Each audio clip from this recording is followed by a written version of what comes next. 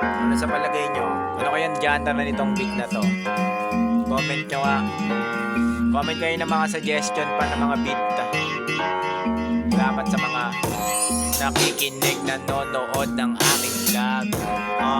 Kahit abutin pa ng magdamag ang paggawa ng mga tunog, alam mo naman ito ay pampagising sa tulog. At huwag ka na munang humika para makita mo ang daanan. Dapat kaibigan, di mo pinapairalang katamaran. Iwasan mo maging marilamo sa mga buhay na nagaganap sa'yo. Kaya naman ikaw lamang na sa'yo ang mga plano mo, na mapakita mo mahapang ang mga paana. Di mo talaga makala na mahanap mo pala. At kahit ikaw lang mag-isa o kahit kasama pa ang mga tinuturing mong tunay sa iyong paligid. At huwag ka na makinig sa mga magaganap sa iyong buhay, sapagkat alam mo naman na ikaw lang ang makakasagot at makakapagbigay ng kulay. At di ka lang basta-basta bibitaw, lalo kung malupit at mabigat ang iyong mga galaw.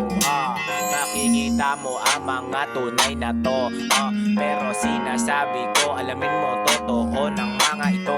Para makita mo, ito na yung beat na nagawa ko, sapagkat pinrestylan ko pa para malaman nyo na kung ano ang mga kaya ko ay makakaya mo rin. Kahit minsan yung mga sinasabi ko para bang walang ibig sabihin, at di ko talaga makapa, di ko makadya kung ano man ang mga kataga para estilo mapaganda at malagyan ng kakaibang mga disenyo.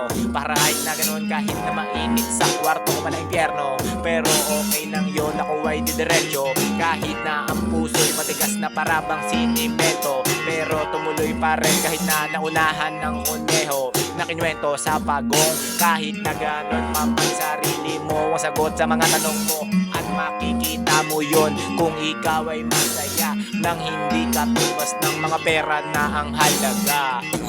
Makikita mo, naniniwala kami na may bang nga mapapasa pang henerasyon dyan na mas mamalupit at magtutulak sa ating pangarap na talento para sa ating bansa at para kay Francis M. Pati sa mga bumuo neto, pati kay Master Andrew E. Ganon talaga, nandito na kami, ipapasa ang mga malulupit na mga kataga nadaan na sa kulit. Pero di naman sa ganon nagmataas, ganon talaga ang Pilipino. Likas sa amin na pagiging matalino sa mga pinato namin ng mga kataga.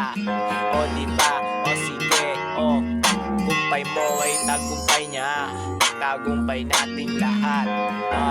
Ganon talaga, watawat ay ibabakat hanggang sa doon sa mga huling tala. Alam mo naman na tayo ay pinagpala ni Bathala. Yeah. Yo, ayun yung beat na yun.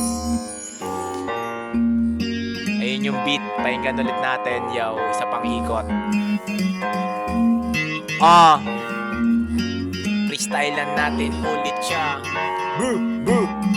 Salamat kung ikaw pa rin ay nandyan at nakikinig sa aking mga sinasabi at napapanood mo ang mga vlog kung paano gumawa ng beat. Sana balang araw sa akin ikaw pa ay dumigitan. Talaga naman gawin mo lang mga trip habang hindi mo pinapabayaan ang iyong responsibilidad sa buhay. At talaga naman na musika magbibigay ng kulay, at dito tayo nakakahinga kahit na parang walang mapapala, pero humahakbang ang mga paa.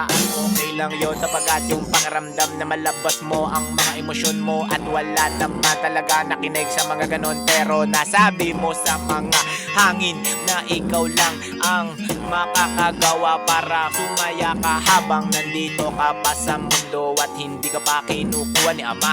Kahit na ganon pa man, diba, sabi ko pa ulit-ulit na pinapaalala na kapag ganito ang ginawa at pinasok mo, dapat piliin mong maging masaya. Iwasan mo ang inggit sa iyong loob at pagganahin mo ang iyong kutob. Kahit na marami man sa'yo lumulubog, huwag ka lang papalamon, papakain kapag nadako ka ng lungkot. Ano ba ang mga masasabi mo kung ganito ang mga binitawan na mga katagapangawakan mo na ikaw ay magtatagumpay balang arawan? Huwag ka muna talagang magangad ng kung ano, basta palawakan mo ang kakayahan mo bilang tao at babutihan mo pa para makita ng